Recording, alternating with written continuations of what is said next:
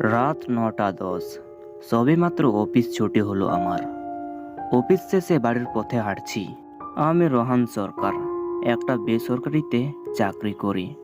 Office থেকে আমার বাড়ি ১০ থেকে ১৫ মিনিটের পথ। পরিবেশটা বেশ ঠান্ডা। প্রচণ্ড গরমের মাঝে হঠাৎ ঠান্ডা পরিবেশ পেয়ে মনটা জুড়ে যাওয়ার কথা, কিন্তু কেন জানি মনের মাঝে খুব অস্থির লাগছে। বাবার কথা আজ ভীষণ মনে পড়ছে। বাবাকে ছেড়ে এই শহরে আমাকে একদম ভালো লাগে না। ভালো না লাগলেও বা কি, আমি একমাত্র ছেলে, আমার উপর সব দায়িত্ব। বাবাকে এত করে বলেছি আমার সাথে শহরে থাকতে, কিন্তু কে বা শোনে কার কথা। সে গ্রামের বাড়ি ছেড়ে একটুকু শহরে আসতে চায় না। আমি বাবাকে প্রচণ্ড ভালোবাসি, যদিও বেশি স্মৃতি নেই। আমার মায়ের কথা মনে হলে বুকের ভেতরটা ফাঁকা ফাঁকা লাগে। আমি ছোট থাকতেই মাকে হারিয়েছি। মায়ের আদর শাসন কোনোটাই ভালোভাবে পাওয়া হয়নি। তবে বাবা আমাকে কিছুই বুঝতে দেয়নি। অনেক আদর যত্ন করে আমাকে বড় করেছে। আর এখন আমি লেখাপড়া শিখে প্রতিষ্ঠিত। এখন বাবার জন্য কিছু না করলে আমার নিজেরই শান্তি মিলবে না। সেই উদ্দেশ্যে বাবাকে গ্রামের বাড়িতে রেখে আমি চলে আসি। বাবার কথা মনে করে আমি রাস্তা দিয়ে হাঁটছি। আমি একসময় হাঁটতে হাঁটতে স্ট্যান্ডে চলে আসলাম।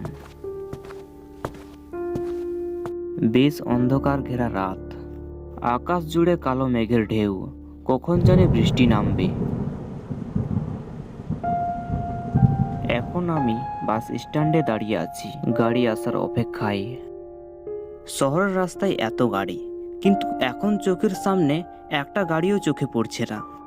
দু একটা গাড়ি যাচ্ছে, আমি হাত দিয়ে তাদের ডাকলেও থামছে না। বুঝলাম তারা কেউ যেতেই আগ্রহ নয়। বেশ অনেকক্ষণ থেকে দাঁড়িয়ে থাকার পর একটি অটো এদিকেই আসছে। অটোটি আমাকে দেখে দাঁড়িয়ে গেল। তখনই আমি অটোওয়ালাকে বললাম, দাদা যাবেন নাকি রোহিনটোলা গ্রামে?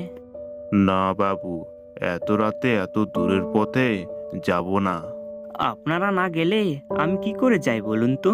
বলি, যানবাহন কিসের জন্য আবিষ্কার করা হয়েছে? দূরের পথ যাওয়ার জন্যই নাকি? এত লেকচার তো দিতে বলিনি ভাই। দ্বিগুণ ভাড়া দিব। চলুন না দাদা। আমার কথায় অটোওয়ালা কিছুক্ষণ চুপচাপ হয়ে গেল। হাবভাব দেখে বোঝা যাচ্ছে সে যেতে আগ্রহী। ঠিক আছে, আমি যাব, কিন্তু গ্রামের ভিতর আমি যেতে পারবো না। ওদিকের রাস্তা বেশি খারাপ। আমি আপনাকে শিমুলতলার মোড়ে নামিয়ে দেব, ঠিক আছে? ঠিক আছে দাদা, তাই চলুন। তারপর না হয় আমি কষ্ট করে হেঁটে চলে যাব। অটোতে বসে মনের অস্থিরতা খানিকটা কমালো, কিন্তু একটা চিন্তা বারবার মনে আসছে। আমি কি আজ নিরাপদে বাবার কাছে ফিরে যেতে পারবো? নিজের চিন্তায় নিজেই অবাক হলাম। এমন ভাবা তো কোনো বিষয় নেই। অটোওয়ালা শিমুলতলার মোড়ে নামিয়ে দিয়ে বাকিটা পথ হেঁটেই যেতে পারবো। রাস্তার অবস্থা ভালো না, আমার হেঁটে যেতে অনেক সময় লাগবে। না হয় অটোওয়ালাকে আর কিছু টাকা বাড়িয়ে যদি রাজি করাতে পারতাম। আমার চিন্তার মাঝে অটোওয়ালা থামিয়ে দিয়ে বলল, নামুন বাবু। শিমুলতলা কি চলে আসছি? না, আসেনি। আমি আর সামনে যেতে পারবো না বাবু। যেতে পারবেন না মানে? আপনার সাথে তো কথা হয়েছিল শিমুলতলায় নামিয়ে দিবেন। কথা হয়েছিল ঠিকই, কিন্তু আমি আর সামনে যেতে পারবো না। আমার ভাড়াটা দিয়ে দিন।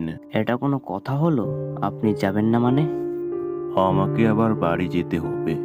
নামেন বাবু, আমি আর এই রাস্তায় যেতে পারবো না। এই রাস্তায় সমস্যা আছে। কি সমস্যা আছে? শুনেছি এই রাস্তায় প্রেতাত্মাদের আড্ডাখানা।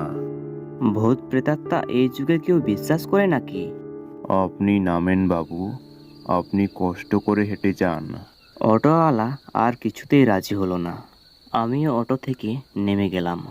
সাবধানে যাবেন বাবু, এই রাস্তাটা ভালো নয়। অটোওয়ালার কথা শুনে আমার মেজাজ বিগড়ে গেল। শিমুলতলার মোড়ে তো নিয়ে গেল না, উল্টো ভয় দেখিয়ে চলে গেল।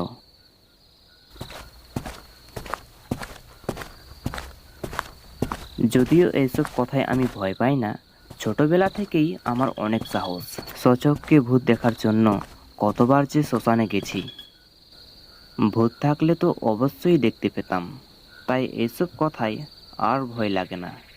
নিস্তব্ধ রাতে একা হাঁটছি, দুপাশে ঘন জঙ্গলে ঘেরা।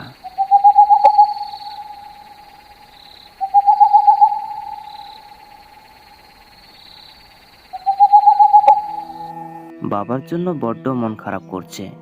ইচ্ছা করছে পাখির মতো উড়ে গিয়ে বাড়ি চলে যায়। হঠাৎ আমি দেখলাম জঙ্গলের পাশে একটা মিটমিট আলো জ্বলছে। আমি ওই আলোটাকে দেখে সেখানেই দাঁড়িয়ে পড়লাম আর মনে মনে ভাবতে লাগলাম, এত রাতে এই জঙ্গলের ভিতর আলো জ্বলছে কেন? আমার মনের ভিতর কৌতূহল তৈরি হলো। ব্যাপারটি সচক্ষে দেখার জন্য আমি আলোটার দিকে এগিয়ে গেলাম। আমি আলোটার কাছে এসে দেখি 3টি লোক দাঁড়িয়ে আছে। এত রাতে এরা এখানে কি করছে? কোনো সমস্যা হয়েছে? লোকগুলো বিপদে পড়েছে কিনা এমন চিন্তা করে আমি লোকগুলোর দিকে এগিয়ে গেলাম। আমি তাদের কাছে পৌঁছে তাদেরকে জিজ্ঞেস করলাম, এখানে কিছু হয়েছে ভাই? আমার কথা শুনে সেখানে থাকা উপস্থিত লোকগুলো ঢ্যাপ ঢ্যাপ করে তাকিয়ে রইল। তাদের দেখে আমি যেমন অবাক হয়েছি, তাদের চাহনি দেখে আমার মনে হয়েছে তারাও এক মুহূর্তে এখানে কাউকে আশা করেনি। আমার কথা শুনে একটি লোক বলল, আমরা এখানে পিকনিক করছি। পিকনিক করবে আমাদের সাথে? লোকটির কথায় আমি পুরো থমকে দাঁড়িয়ে রইলাম। লোকটি আমাকে চুপচাপ দেখে আবারও আমাকে বলল, এসো পিকনিক করি। না না, আমি পিকনিক করব না। আমি তো ভেবেছিলাম হয়তো এখানে কেউ বিপদে পড়েছে, তাই সাহায্য করার জন্য এগিয়ে এলাম। আমরা কেউ বিপদে পড়িনি, তুমি আমাদের সাথে পিকনিক করো। না, আমি পিকনিক করব না। এই মুহূর্তে আমার বাড়ি যাওয়া খুবই প্রয়োজন। আমরা না চাইলে তুই আজকে বাড়ি যেতে পারবি না। তুই যদি আমাদের সাথে পিকনিক না করিস তাহলে আজকের রাতটা তোর শেষ রাত হবে। লোকটির কথায় আমি ভয় পেতে শুরু করলাম।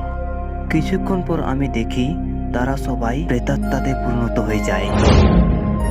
তাদের চেহারাগুলো কি ভয়ানক দেখতে! তাদেরকে দেখে ভয়ে আমার হাত পা হিম হয়ে গেল।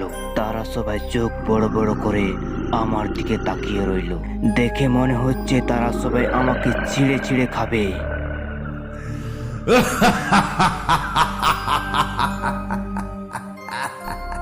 এসো আমরা পিকনিক করি।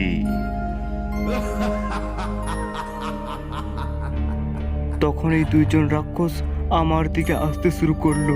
2জন প্রেতাত্মা আমার দিকে আসতে দেখে আমি সেখানে এক মুহূর্তেও দাঁড়িয়ে থাকার সাহস পেলাম না। যেদিকে চোখ যায় আমি প্রাণপণে ছুটতে লাগলাম। সেই ভয়ানক 2টি প্রেতাত্মা আমাকে ধরার জন্য আমার পিছু পিছু ছুটতে লাগলো।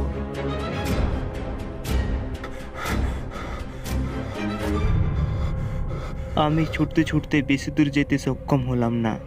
আমি জ্ঞান হারিয়ে মাটিতে লুটিয়ে পড়ি।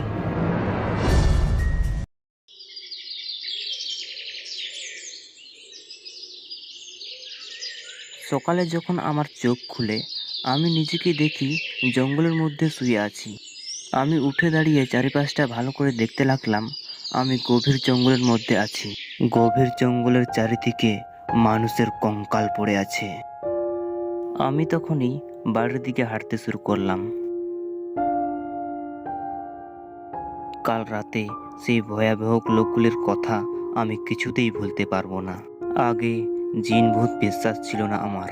কাল রাতে আমার সাথে ভয়ানক ঘটনা ঘটে গেল। তারপর থেকে মনে হচ্ছে জিন ভূত সত্যিই আছে। ভাগ্যক্রমে আমি কাল রাতে বেঁচে গেছি। উচিত শিক্ষা হয়েছে আমার। আর কখনো এত বেশি সাহস দেখাতে যাব না। আমি হাঁটতে হাঁটতে বাড়ি চলে আসলাম।